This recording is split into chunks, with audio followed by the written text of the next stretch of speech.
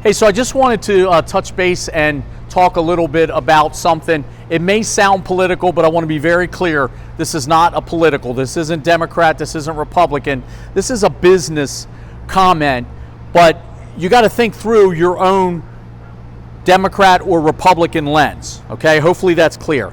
Now, here's what I want to say. When you're looking at selling a business, one of the things that affects you selling your business and getting top dollar has to do with the political and therefore economic climate that you're selling into. So obviously when you go to sell, you want to sell when the economy is doing really well, where buyers have money, they want to spend money.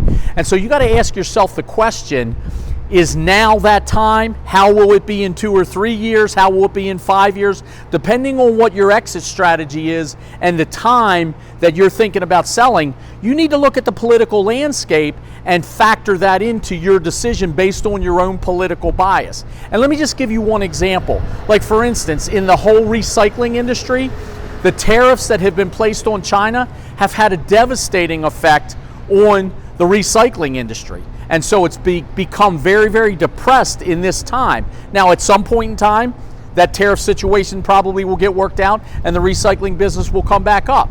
So if you were in that industry, you would have to think through the political implications of that and therefore the economic implications of that. I hope this is helpful. Just another tip from Trans World Business Advisors of Bel Air.